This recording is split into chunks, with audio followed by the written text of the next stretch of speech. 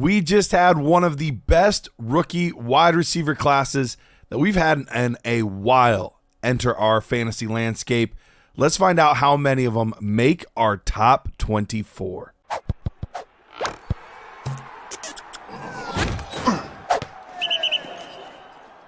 Welcome back to the Dynasty Nerds YouTube page. I am Garret Price, and today we're going to be going over my top 24 wide receivers. Now, like I said in the beginning, we have some rookies that have now entered this conversation, and it's a really good rookie wide receiver class. So we might have a few guys that sneak into our top 24, but just a reminder, this is Dynasty, not redraft. We're not using these guys just for one season. This is a long-term outlook on all of these guys. So let's go ahead and dig into things. Let's get to our top guy, and it's still Justin Jefferson. I know Kirk Cousins is gone. I know that there's still contract discussions, but he's still that guy. He is still the number one option for a long time in fantasy football. I don't see that changing. If this were redraft, maybe I would have somebody else at number one, but in a dynasty landscape, it's still Justin Jefferson. Now, this next group here, consider it a tier. You could put these three guys in almost any order. Actually, you could put them in any order, and I really wouldn't have an issue with it. But here's how I have the next three guys at the moment. I have CeeDee Lamb, I have Amon-Ra St. Brown, and then I have Jamar Chase. Like I said, mix them up, put them in any order. CeeDee Lamb was the number one receiver last year in fantasy football. Jamar Chase has been banged up and injured quite a bit, and Amon-Ra is just so consistent. So that's why they're above Jamar Chase at the moment. But it wouldn't surprise me in the least if Jamar Chase ends up having a big year and we bump him back into that second spot. But that's a tier. I think all three of those guys are really good receivers, really still young and in their prime, and we're going to see them at the top for quite a while. Now's where things start to get a little bit interesting. Once you get to 5, this is where rankings start to shift and change. And for me, this is where I put the first rookie. That's right. I'm putting Marvin Harrison Jr.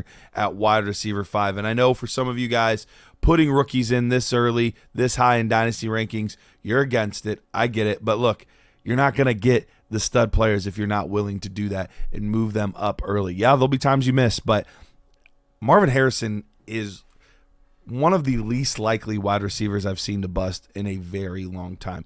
You talk about the pedigree, he has it.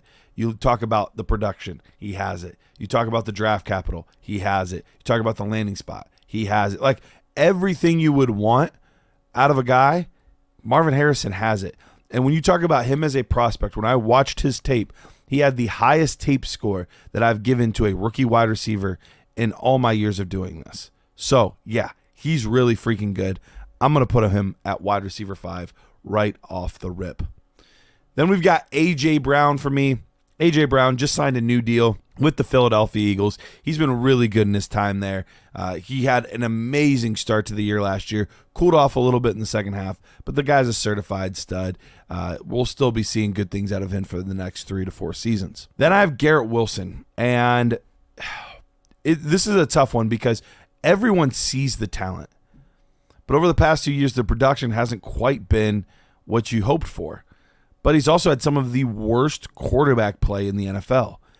Hopefully, Aaron Rodgers is healthy, and he'll have him for the entire season. I think this is a post-hype, sleeper, breakout type of situation for Garrett Wilson. I think this is the year that we see 1,400 yards and close to double-digit touchdowns out of a guy like Garrett Wilson. Now is where I think I mentioned it at 5. It does get interesting there, but now it's really up in the air. I mean, you could see a whole host of different rankings, and there's going to be a couple guys in this range that I definitely have higher than consensus. And I know I'll be seeing in the comments, bro, you put this dude this high, what? And then there's going to be some other people who say, where is fill in the blank? And I know the 2 players you're probably going to say both of those things for, and we'll get right to it. So at wide receiver 8, for right now, I have Jalen Waddle. Jalen Waddle, another guy that just signed a brand new deal, a new contract. Really talented wide receiver. We've seen him a slight downtick in his time with Tyreek Hill, but still incredibly young, only going into year 4 for Jalen Waddle. So we still expect some really good things for a very long time out of Jalen Waddle. I just can't put anybody else ahead of him at the moment. And then this is the guy that I think a lot of people are going to say, bro, you have this dude this high. Yeah, I got Michael Pittman Jr. at 9. And I know that there's going to be a lot of people that want him lower. And I understand that. And he's in a tier, basically with the next 4 or 5 guys. And with Jalen Waddle. I think they're all in a very similar tier. When you look at Michael Pittman Jr., he had a good start with Anthony Richardson. And I don't expect that to change. I guess that's a small sample size. But nothing worried me in the time that I saw Anthony Richardson with him. You add into the fact that he also just got a new deal done. And really, he profiles as this alpha receiver, was wide receiver 13 last year, and still has his best years ahead of him. I think Michael Pittman Jr. deserves to be in the top 10 consideration, and I have him here at 9. At 10, we've got our second rookie. That's right, Malik Neighbors. His tape was fantastic. Wins differently than some of these other guys that we just mentioned, like a Michael Pittman Jr. Malik Neighbors is going to do a ton after the catch. He is an explosive athlete. And you look at the Giants, yeah, I know the quarterback situation isn't great, but who else are they going to throw the football to? He is going to be absolutely peppered with targets, and I think great things are ahead for Malik Neighbors. Next up is Devonta Smith. He comes in at wide receiver 11. He has been really, really good these past couple seasons after a somewhat disappointing rookie campaign. He's really come into his own, and it wouldn't shock me if in the next year or two we start to see things switch from A.J. Brown being the number one to slowly it becoming Devonta Smith being the number one wide receiver in that offense. And both guys are absolute studs, but I can't seem to get Devonta Smith much lower than this. You could put him in the 12-13 spot, but I think this is the right range for Devonta Smith. Next one here, Drake London. I have Drake London at 12 at the moment, and this one is a very volatile one. Part of this is speculation.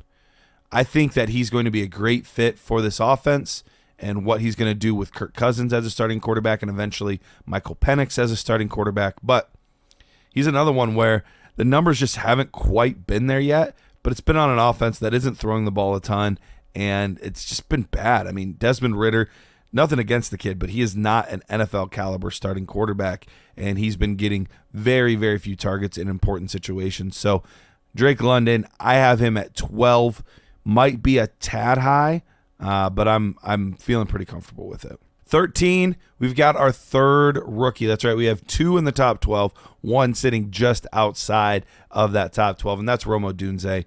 It was a true pleasure to watch his tape. A guy that is a technician of the game, does a lot of the small things right, and is so good at the catch point. I really like what we have here in Rome Odunze, and I love the pairing with Caleb Williams. It might take a year or two with how many weapons they have there for him to really establish himself as the top guy, but once he does, watch out. It's going to be wheels up for this Bears offense, and specifically Rome Odunze. I have a really hard time figuring out where to put this guy. I have Tyreek Hill at 14. I can listen to arguments to say, bro, he needs to be top 10 because of how much of a game breaker he is. But as a guy that's approaching 30 years old, he's also a player that doesn't have a lot of time left compared to some of these other young guns. So you could say that he needs to be pushed down a little bit. It's one of the most tricky guys to rank, but right now I'm going to put him at wide receiver 14. And at 15 is the guy that I bet many of you have been waiting for. There's probably many of you that have him inside of your top 10. I am not as high on this guy as consensus, and that's Puka Nacua. Puka Nacua, fantastic rookie season. Fantastic rookie season. But a lot of that was propelled by his early season time when Cooper Kupp wasn't there. First 2 games, 35 targets over those games. His target rate obviously had to come down, and it did. It decreased drastically once we had a Puka Nacua paired up with Cooper Kupp. Cooper Kupp was playing through injury a lot of last season. I think fully healthy, it's going to be a much more difficult equation to solve in this offense. But the biggest thing is I think Puka Nacua as a player is not in the same caliber as a lot of the guys in this range. He's there because of his situation. Now, what happens when situations change? What happens if Sean McVay decides to retire or go to another team? What happens if Matthew Stafford calls it quits or sustains another injury? I don't think talent alone is going to be able to keep him in this range where a lot of these other guys on their raw ability are going to be able to be here regardless of their situation. So that's why I'm down a little bit on a guy like Puka Nacua.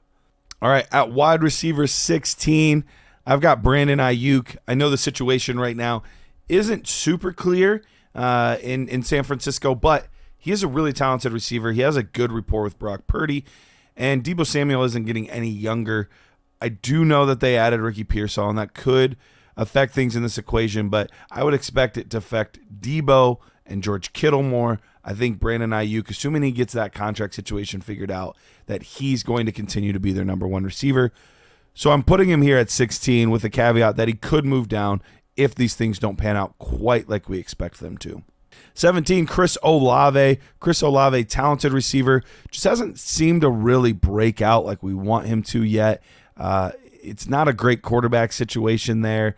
And with how many targets he's going to get, it kind of propels him to here. But I don't know. He's a tough one. And this isn't like deep analysis, but I've just been disappointed. I think I expected a little bit more after his rookie campaign.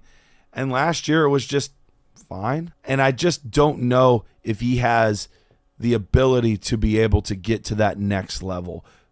I could be proven wrong, and I'm willing to wait and see, but I just don't know that he quite has it. We'll have to see. Next one, DK Metcalf. DK Metcalf has been so good, so consistent, a guy that doesn't get injured, a guy that puts in 1,000-yard seasons like clockwork, super, super consistent, and I think he remains a really solid wide receiver too for a long time. But he's a player that his ceiling is a little bit capped, especially with his quarterback play and now the emergence of a JSN. I just don't see him being able to get much higher, but I don't think he deserves to be any lower. He's too good, he's too consistent, and he's still young enough that we're going to have him around for a while. Wide receiver 19, mentioned a lot of guys getting new contracts. Here's another one. Nico Collins just got a new contract with the Houston Texans, and man, perfect timing for him. He had a fantastic year in his first year with C.J. Stroud, filling that true alpha receiver role. I know people are scared about Stephon Diggs, but it's a one-year thing. And Tank Dell is very good, but as we've seen, both wide receivers can exist in this offense and be low-end wide receiver ones or high-end wide receiver twos in their time together. So Nico Collins, for me, he's got to stay in the top 24. I have him here at wide receiver 19. All right, now we're into the 20s. The last few guys we are going to cover. I have DJ Moore at wide receiver 20. I think he's going to be the number one there for the next few seasons. Eventually, that is going to be Rome Odunze's job, and he'll be the top guy. But even then, I think this offense, if Caleb Williams plays up to his potential, he's going to have the opportunity to have multiple wide receivers as wide receiver ones and twos. And I think DJ Moore is young enough and talented enough that he still has a few years left of really, really good production. We've got our fourth rookie wide receiver that has entered the conversation, and we've got Xavier Worthy. And look, I'm hearing it. I know. We've drafted wide receivers to Kansas City before, and it hasn't worked out. I get it. And I've even been telling myself the same thing. But look, here's what's a little bit of the difference. One, when we look at his ability as just a raw player, his score was much higher for me than any of the Sky Moores, the Mecole Hardmans, the Rashee Rice, like any of those guys. He had a higher score. Two, there are some big questions on a guy that played well last year in Rice, but there are some big questions as to where is he at? And three, when we talk about Xavier Worthy being different, we say other players are different, built different.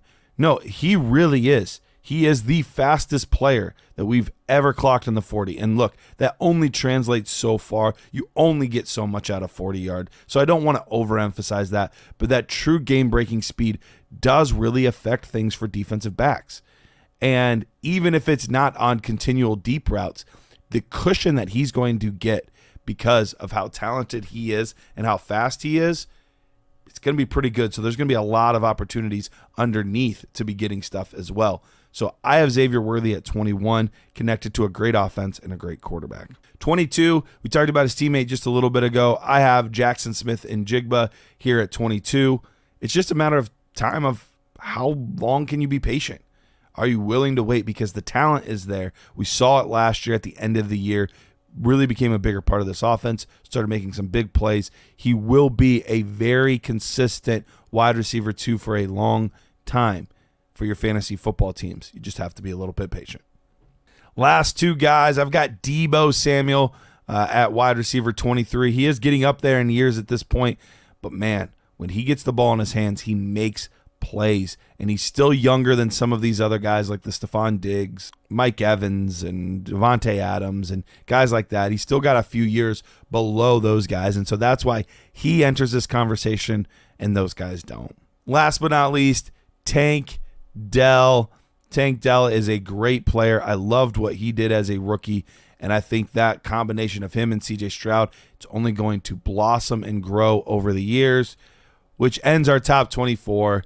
And look, there's some guys I really wanted to get in. T. Higgins, I have him right at 25. Wanted to get him in. Other players like Flowers, McConkey, Pickens, Leggett. Like, there's a lot of good players that I wanted to get in here. Even some of the older wide receivers would have loved to have gotten them in here. But there's only 24 spots for 24 players. So we'll have to wait and see if any of these guys jump into it mid-season. We'll have to wait and find out. Appreciate you guys watching. Comment below who you would have inside your top 24 that I missed, or guys that you don't want in there that I did put in.